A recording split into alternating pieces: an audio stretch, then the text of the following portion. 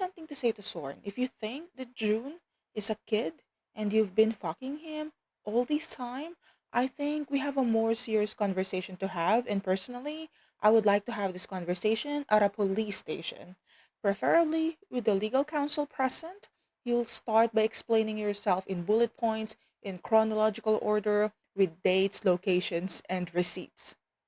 So yeah, we got a lot to talk about, and honestly, I feel like we, as the audience, are putting more thoughts in these shows than even the people involved in producing them.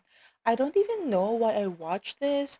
I don't like office romance, and the show spent the last few episodes trying to gaslight me into thinking that June is in the wrong and that he's the unreasonable one and that I should sympathize with Sorn because he's regretful and he really likes June for real. But I was advised that this show is not intelligent enough to gaslight me intentionally. So, anyways, office romance. Most of the time, it's a fucking HR disaster and professionalism gets thrown out the window. They are almost always written in ways that are deeply unprofessional, weirdly unethical, and somehow treated like it's adorable, sweet, and romantic. BL office romances love to blur the lines between affection and authority. As someone who's been both a subordinate and a team lead, I fucking hate it. There's nothing romantic about being cornered at your desk or against the photocopy machine. If someone I reported to tried half of the things that happen in these dramas, I'd be talking to HR. These shows do not talk about conflict of interest and workplace ethics. And I am especially concerned because June is a young intern. I hated this dynamic in Boss and a Babe because the dynamic is so unprofessional.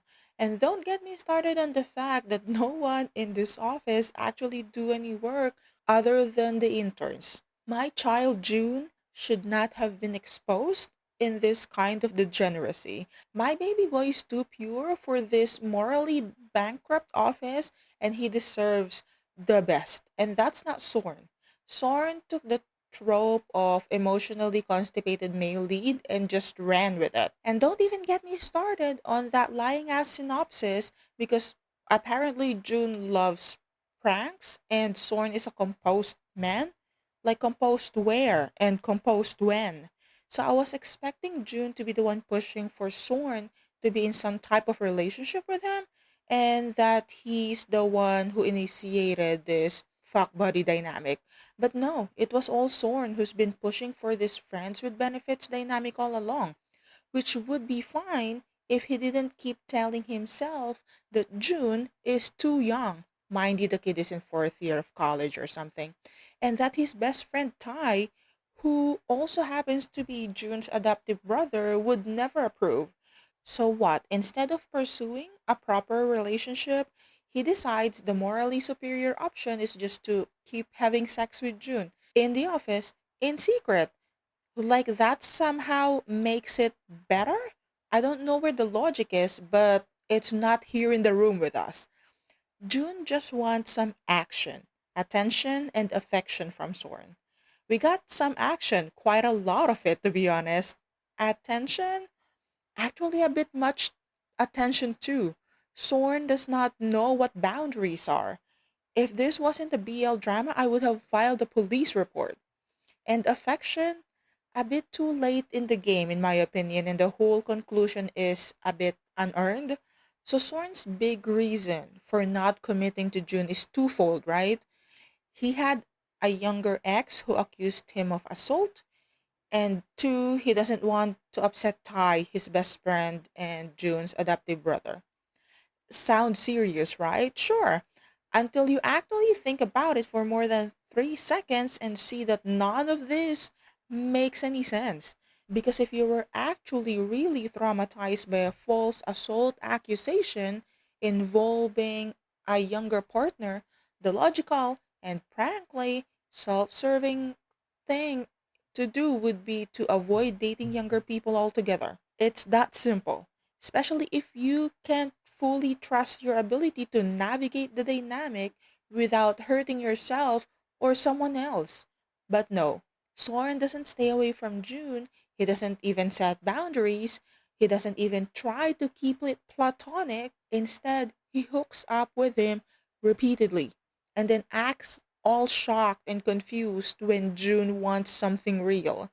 Then there's the Thai excuse. I didn't want to upset my best friend. Okay, but again, if that was your priority, you would have stayed away from June entirely. But what does Sorn do? He keeps sleeping with June in secret with no intention of telling Tai anything. That's not respect.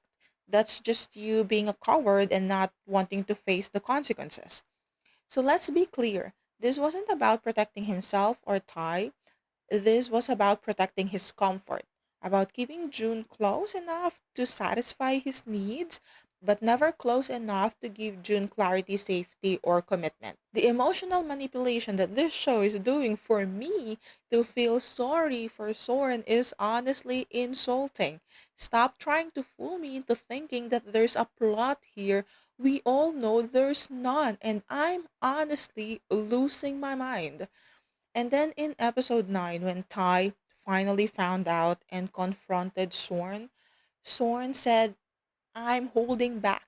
You didn't, though, did you? You didn't. I'm sorry. Holding back from what exactly? Sir, you were not holding back. I watched you. I sat through 9 full episodes of you not holding back. Not emotionally, not physically. I had to suffer through every scene of you not holding back. So, what are we even talking about? Did I watch a different show? Because from where I'm sitting, you weren't holding back. You were stringing Jun along while making yourself feel noble about it. Quote unquote, teaching him like this was some great sacrifice to be fucking the boy on every surface of the office through every hole that you can find. So stop trying to gaslight me. I was here the whole time. We have receipts, but they're not allowed on YouTube, unfortunately. When June put his foot down and told Soren, I hate you, I was just rejoicing. Standing ovation for the boy. It feels like my child achieved some life goals. It did not last though. It did not last that long, but it was glorious while it lasts. But Soren has the audacity to say and threaten he'll find June when he distanced himself and hid, threatening him. that that is not it. That is not romantic. That's not passionate. That's just someone who refuses to respect a boundary. They always frame this kind of behavior like it's some devotion, like someone chasing after you say leave me alone is supposed to sweep me off my feet, but in reality it's just manipulative. Call the police. I need a restraining order right now. I swear nobody in these shows ever knows how to sit with rejection and take accountability. Every man needs to pursue and pressure and quote unquote court even after getting a hard no multiple times. Because in these stories, no is never no. It's not yet. It's try harder. It's convince me. This trope needs to fucking die, to be honest. Check my review about Yota and Gun from Perfect 10 Liners about what consent means in these shows. It's 2025. We should not still be writing BLs where persistence equals romance. Because when media keeps romanticizing men who don't give up, even when told to stop, we're telling viewers that boundaries are just obstacles to overcome if you love someone enough. And honestly, that's not the kind of messaging I want my kids to hear or see. There had to be a better way to write this whole quote unquote pursuit arc without turning Soren into a man who bulldozes every boundary June sets. It's not just lazy writing, it's a bit irresponsible at this point. You want to show persistence? Sure. But I'm sure we can do it without turning every no into a challenge for the other person to ignore. I would have loved for Soren to show respect for Jun's space and still make it clear that he's committed to him, making it clear that his feelings are real. What if we saw actual growth instead of another man child who thinks romantic gestures make up for months of emotional manipulation. I would have loved to see some mature conversation in this show. Come to think of it, I would have loved to see some romantic moments between Sorn and June. Simple, sweet moments of tenderness where they just be together. We did not really get that, at least not until the very end, the last two episodes, if at all. It's either Sorn trying to mount June, actually mounting him, or just him throwing a temper tantrum and manhandling June about. It's baffling to me that this show could have chemistry between the leads but completely forget that a relationship also needs softness. And there's so much chemistry there to work with. Moving on the second couple, Ty and Champ, why did we not use the first 10 episodes to slowly build their relationship? Why are we starting drama on episode 11? They were together all the time. I don't know why we did not slowly show us some development and some conflict instead of throwing it out from nowhere before the end of the series. You had the chance to lay the groundwork. It's been simmering in the background. It's literally dry by episode 10. They were right there together the whole time. Tai, who had the audacity to tell Sorn earlier in the series that he should make his feelings for June clear, is just laughable when later in the series he asked Champ if he needs to spell it out what they are to each other. Yes, yes, you do. That's the point of the whole fucking show. We talk about this in episode 9. Actually, let me correct that. You talk about this. That's what you told Sorn. What happened to practicing what you preach? It's baffling and honestly kind of hilarious at this point. Why do we need to wait 12 episodes before Ty said I love you to Champ? Nobody knows, and I don't think the writer knows either. And don't get me started on Ty calling Champ wife because ew ew ew. What is this? Are we in 2016? Like that trope of calling each other husband and wife just needs to die, honestly. I can't get it away from me. The GL side couple. There's really nothing to say there, really, other than I would not want those long pointed nails of Penny anywhere near me, not to mention in me. At least June's, even though it's a bit long, is not pointed. Still, do you know how raw you will feel with those long nails? But I digress. I have yet to find a GL couple that do it for me. A GL couple that is not devoid of life and everything that's good in being a gay woman. Don't get me wrong, they are beautiful. I can appreciate that. But there's just nothing there for me. Not even chemistry. I would have appreciated to see some toys. I'm just saying, gay women, they have toys, especially the double purpose ones. In pink, please. Thank you. My goal in life is to be sponsored by Bellesa. Anyways, going back to the point, because there's a point here, I think. I appreciate the sexy times in the show so much better than Season of Love Shimane.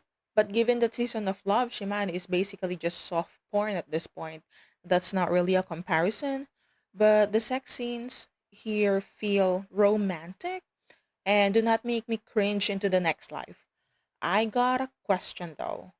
Are all bottoms in BLs just cleansed by the gay gods? Because no one's prepping in the shows. Do you know how messy, not to mention painful penetration back there is without prep?